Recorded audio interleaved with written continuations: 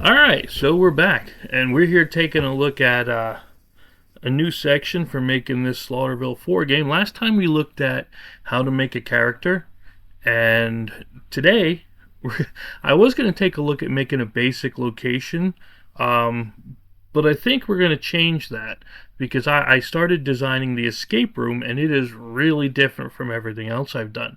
Um, so I thought, hey, why not show you how that's done?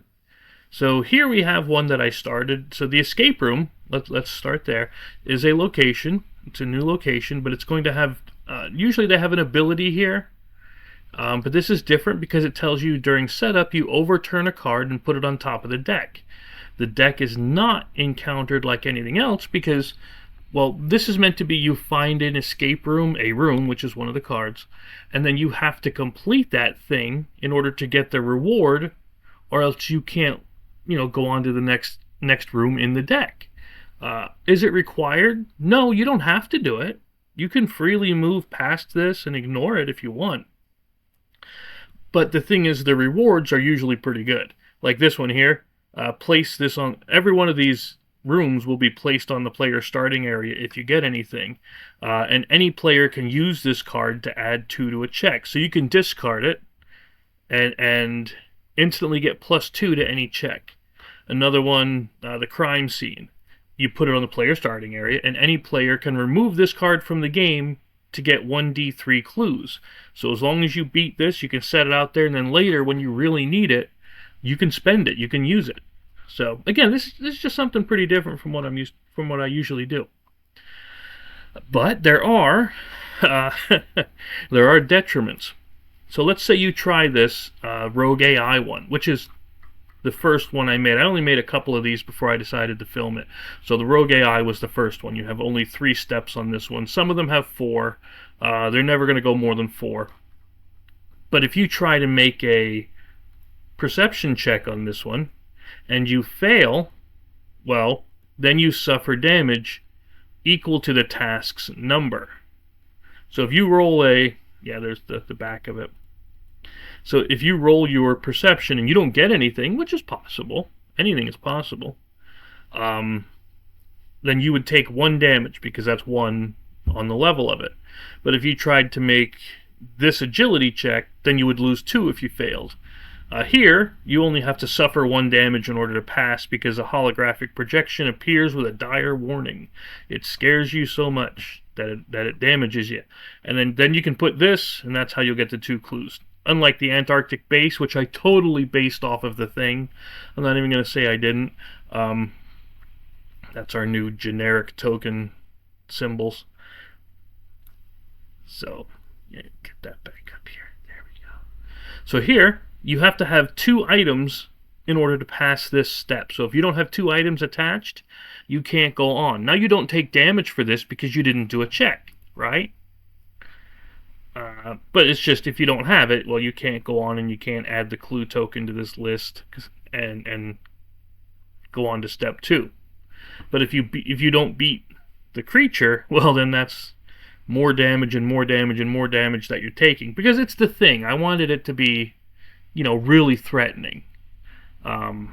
If we test it and see that 4 is a bit too high for the regular creature kind of a thing, especially with this extra damage part, then I'll reduce it. But I like it where it is now. And then you get to destroy a helicopter, remove an item in any location from the game, and then you have to find out, is this thing real? You make a nerve and a perception check to see if this thing, if whoever is sitting with you is real. And if you pass it, then you get this card as an ally that lets everybody re-roll 1 die on their check. So anybody, every check is going to get a reroll if you win this. And that's one of the reasons why I made it so difficult. It's because you get a big reward. Crime scene, it's just another fun one. You examine the body. Again, I try to imagine these all as actual escape rooms. So what would I do? Well, to help me with that, believe it or not, I watch Critical Gamer, listen to them as they do their playthroughs because it's nice background noise. But anyway, so I look up different escape room themes and I find out what are some of the major elements that they make in them. right? And sometimes, thankfully, there's more than one. But yeah, so that's what I do, and then that helps me to create these cards like this here: examine the body, interview a witness, chase the suspect, and then subdue them. And if you do that, that's when you get this. So this one's not too difficult. So the reward isn't like it was going to be 1d6, but I'm like, well, that's not too bad to actually get through. You can do that. And here's what else I was thinking: should the attempt cost an action, or should it just be you go there and you can keep doing it as an action until you fail or quit? See, that's where I got to think about this. That's why I didn't put any of that on here, because I'm still thinking about it. Because I want you to complete it, obviously. I want you to get the good stuff. But I don't want to make it too easy. And I think costing an action, playing until you quit, is the way to go on this. Each attempt is one action. Not each level, but each attempt. And you can, I'll just put that on here. Each attempt is one action, and you can attempt as many tasks as you wish. And when one of the tasks is covered up, like if let's say you examine the body and you succeed, you put your clue token here. You don't have to do that one again because it's already done. So you would then go to interview witnesses, and if you pass that, then you start here, or if you continue on from your initial one. Yeah. So that's the plan. So this one, again, I just copied and copied each card so that we had consistent placement of everything and so on. So this one I wanted to be the next one on the list. Let's see what that is. Go to main image, hit the old Control D. So the next one, we did AI Escape, we did the Antarctic Research Station, we did the crime scene, that's the background. So this is Exodus. Let's fit that sucker right in there, fill that frame proportionally. Alright, let's see where we're at. Where's main image? So usually there's a little circle there. There you go. I think I like it better. You know what? Let's shrink that down a little so we get to see more of the picture. Because I don't know about you, but I like seeing more of the picture.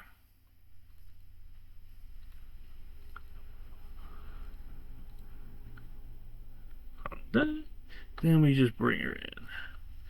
There you go. So yeah, now we get to see more of the picture. And no, the blue lines do not show up on the final. These are my guidelines, so I know where everything is supposed to line up, like these things and so on. We could get rid of them, right? We could hide the guides if I wanted to, but I don't. Alright, so what makes up the, let's call it the, oh my god, I couldn't spell for a second. Pyramid. I don't know, for now, we're going to call it the Pyramid Room. Maybe something else will pop out to us. For right now, we're calling it Pyramid Room, and it's going to have the 4 until we decide otherwise. So what makes up a pyramid-style escape room? Well, that's when I come out to here. Yeah, okay, they called it the Ancient Egyptian Tomb. And yeah, and what's nice is since there were like 20-something of these, and I need 27 cards per location. So this is 25. Then I just come up with 2 more, and we're good to go. I can't wait to do this one. But we're going to go to Ancient Egyptian Tomb, and bring it into here. I'm going to let that sit as it is. And I'll just paste this in. Not that I'm keeping it, it's just for notes. So let's see.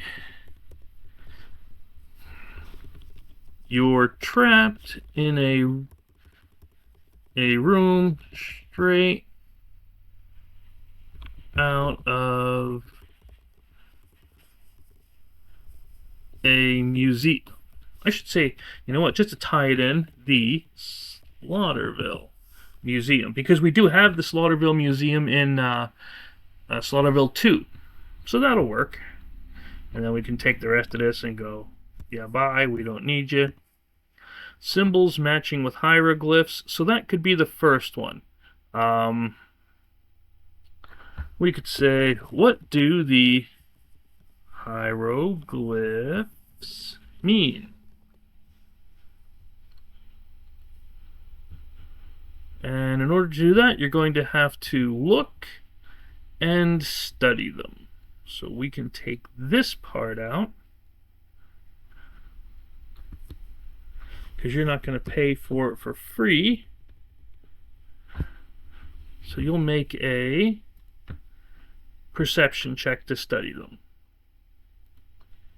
Okay, so we got that one down. Stone mechanisms and sliding doors. So there's something that's going to be, either you're going to have to open the door, or how do we want to say? You're going to have to slide a stone puzzle. So what would sliding a stone puzzle be? Well, it doesn't need, sliding the stone puzzle won't need agility. Could use nerve, but you're not really, you know what I mean? You're not doing anything that would be frightening, terrifying, nerve-wracking if you're just sliding the puzzles, unless the puzzle threatens you if you don't do it correctly.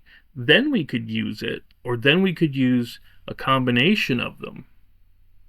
That might be something we can do, because I really think studying the hieroglyphics is a perception thing, not a nerve thing. Because perception is your not only what you can see, but what you can know. So we're gonna say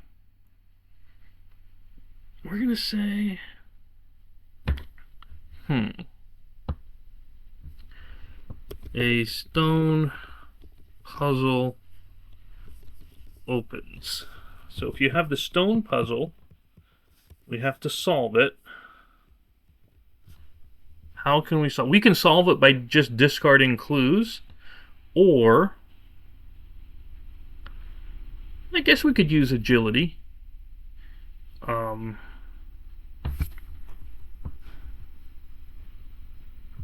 We could make it extra difficult. Needs 3 successes. May spend a clue. Got to get the old clue symbol there, which is really nice about using the InDesign, is because it keeps everything here for me.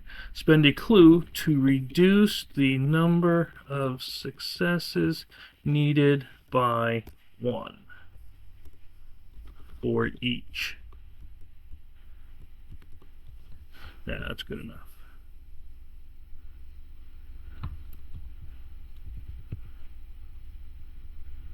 Okay. Get this. Make that pretty. Make that pretty. Alright, so that's the stone mechanism. Yeah, this is, let's see, what's my font? 8. Control A. Let's put this down to the usual 7.5 font. Maybe we'll only do 3 on this one. Got this one. Yes, that's what we're going to do. Okay, I got this one. So the canopic jars with hidden compartments. You got to smash them. Yeah. Smash the canopic jars. Why is it giving an error on that word? Yeah, because it doesn't understand what that word is. See, that's the strange thing. I like InDesign, and it's meant to be used for text and formatting these documents. But it doesn't have a lot of words in it as far as its dictionary is concerned. It almost counts on you to add things to the user dictionary. It's really weird that way. Save that. Let's see. Now, since there are, we'll say there's, how many were there in the Mummy movie? Do you remember? Why am I asking? Nobody's answering. How many canopic jars were in the Brendan Fraser Mummy movie? Go away. 5. 5 jars. Okay. Alright, so that's gonna be fun. I mean, not for you guys. That might be a pain. You must get 5 successes. No. Okay. There are 5 jars. Make a combat check. Each success destroys 1 jar.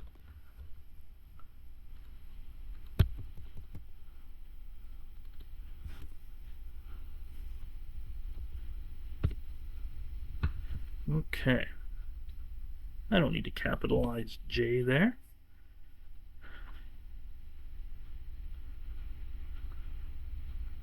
See, I like... See. There we go. Now, with the curse, each round that pyramid room is on top of the, or is, I don't know if visible would be the good word for this. I know what I mean by saying is visible. It means when you put these out, they're placed face up on top of a deck. So that while this is face up on top of the deck, each player, each character suffers because you're cursed. Each character on this location suffers 1 damage. So yeah, this way it's not going to hit everybody unless you think it should. I kind of like that it does hit everybody.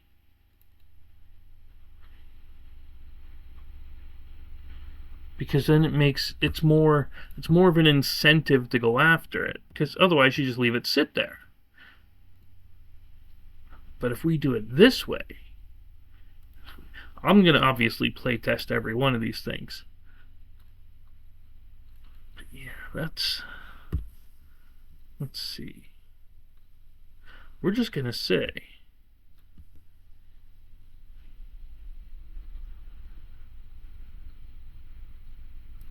well, this thing is face up.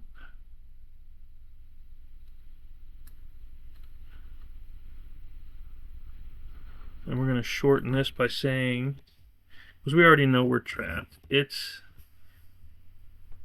a room straight out of the museum. Okay. Each round of the pyramid room is face up on top of the deck. Each character suffers a damage. Very good. What do the hieroglyphs mean? Can we say? That brings it up to there.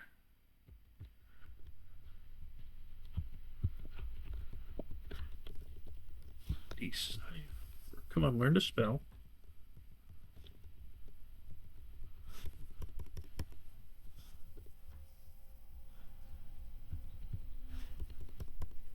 Yeah, because we need to make room. You know how it is.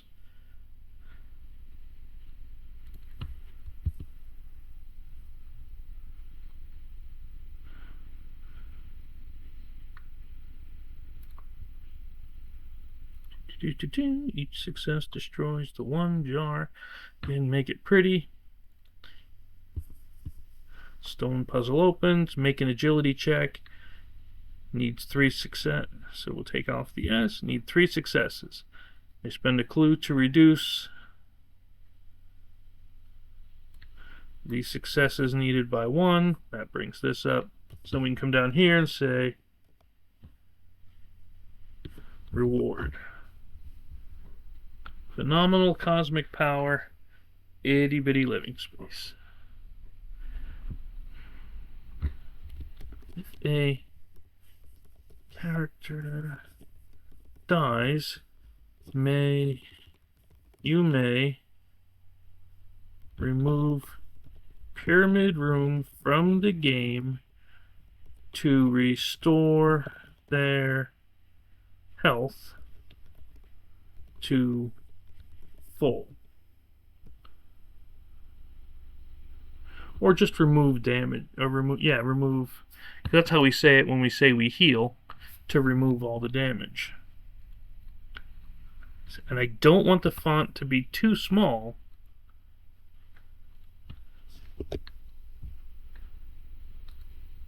because then it'll be difficult to read. And we don't want that. And I used to say this card, but people got confused for some reason. To remove damage. Okay. Any way we can reduce this. Any way we can reduce this.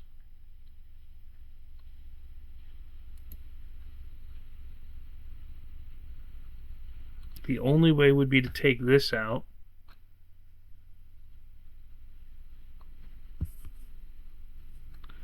As much as I hate it, because I like that. But we need the room, right? That's one of the things we got to worry about when we balance this thing is what does it look like versus how much information do we want to put on the card. Now 7.5 font is the usual size I take, and we can read that. We can read that. So let's see. It's a room straight out of Slaughterville Museum. Each round, that pyramid room is face up on top of the deck. Each character suffers 1 damage. Okay. I don't care that it's covering the copyright a little. That doesn't hurt my feelings. Alright, so the first thing you have to do when you get in there, you got to decipher these hieroglyphics. When you decipher them, a stone puzzle opens. Then you have to make an agility check to quickly solve this stone puzzle. You need 3 successes. You can spend a clue to reduce the successes needed by 1. Okay. And again, if during testing, if I find 3 is too much for this, especially with an agility check, we'll change it. Then smash those canopic jars. Make a combat check. That's all you're doing, is you're trying to break these things. And if you win, it should say place on the player's starting area.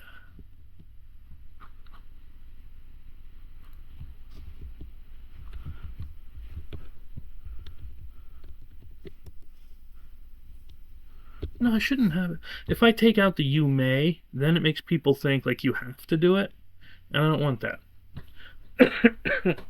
What I could do to save space is on this, if you fail to that, once you complete the card, place it on the player starting area, and then you may use the reward.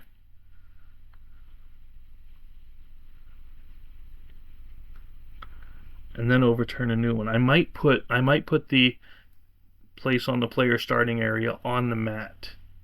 Let's see how that looks.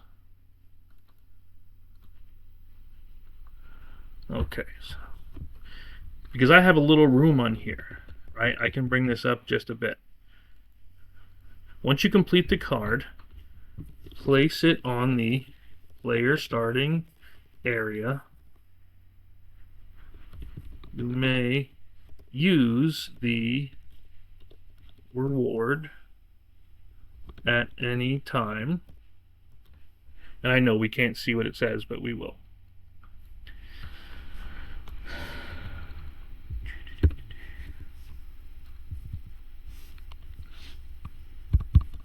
Use the reward in time, and then you overturn a new one. Okay. Let's bring this back up to here. See if that's and that won't be covered by the cards.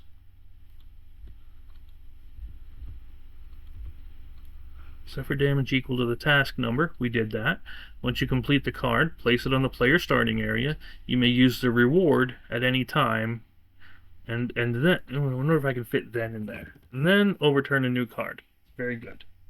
Very good. We got that done. Alright. Excellent, Smithers. File. Export. Save. Yes. Close that first, or you'll give me attitude. And then it's got to go through its process. Yeah, I think that's going to be... I think that's a good way to make this work. Is putting it on here, that once you complete the card, you put it there on the player starting area. That'll give us more room on each individual card. But yeah, these things, believe it or not, these things really helped out a lot to show me what people would use in an escape room. Because like I said, whenever you're doing any of my locations, I want you to feel like you're actually there. If you don't feel like you're actually there, then, well, I don't want it.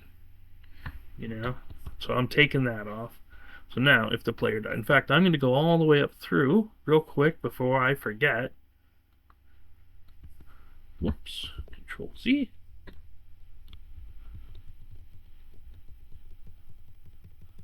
Take it out here.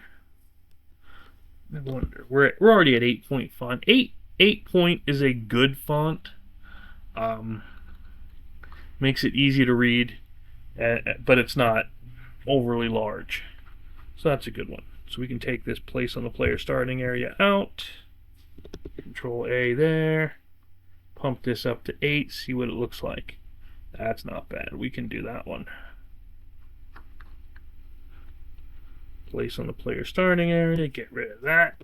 Control A, you're already at 8 point. You're good there. Okay, I'm happy with that one. Pyramid only has 1, 2, 3 levels. So that means I come up here and I take out level 4. But then I look at this and say, okay, it really doesn't honestly matter what the symbols are unless you're doing something to that a symbol would match. In other words, when I have it here, it's just generic tokens. But sometimes I have it where if you want, you can discard a clue to put one up here. Or you suffer damage to pass. So then we'll put a damage to on, but it really doesn't matter what the tokens are. It's just there to help track. So we got 2 with 4s, 2 with 3s. Again, I want to keep that balance too. And I never want to go over 4 on these because that would drive me insane. I don't have the room on the cards. Yeah, I think that's where we're going to let it. Now, do we have any attacks on here? No, we're not doing any attacks. So there's no enemies. We're not giving this to anything as far as giving a bonus. It's not an ally. This one is. This one's considered an ally because you captured the suspect, but just for designation purposes. And this is an ally as well. This is not. And then this is 96, 94 as far as being over. Very good.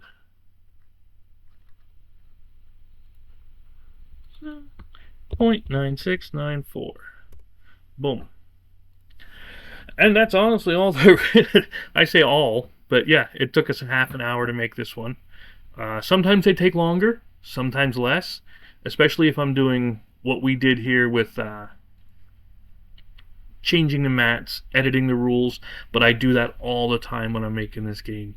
I'm always willing to adapt it to whatever makes it feel like you're actually playing, like you're actually doing the thing. So I kind of hope this makes it feel like you're actually going through the steps, first finding the hieroglyphics, opening the puzzle, and then smashing the jars. And then, boom. This one says, if you die, you may remove the pyramid room from the game to remove all damage. So no matter what, I don't care if you're in the middle of a fight, I don't care when it is. But if you happen to die, instead of dying, you come back to full health. Because, well, the mummification thing. The resurrection. What the heck was that? The Gold Book? I think it was. Anyway, I rambled for half an hour. If you want to see more of these, let me know. In the meantime, I'm going to get out of here and finish up this deck and look for this when it launches, probably December-ish, maybe January, somewhere around there, as soon as we're done. I'm not going to put it out until it's done. But that's my plan, is to have it ready for this Christmas season. And you'll see why. All right, we'll see you.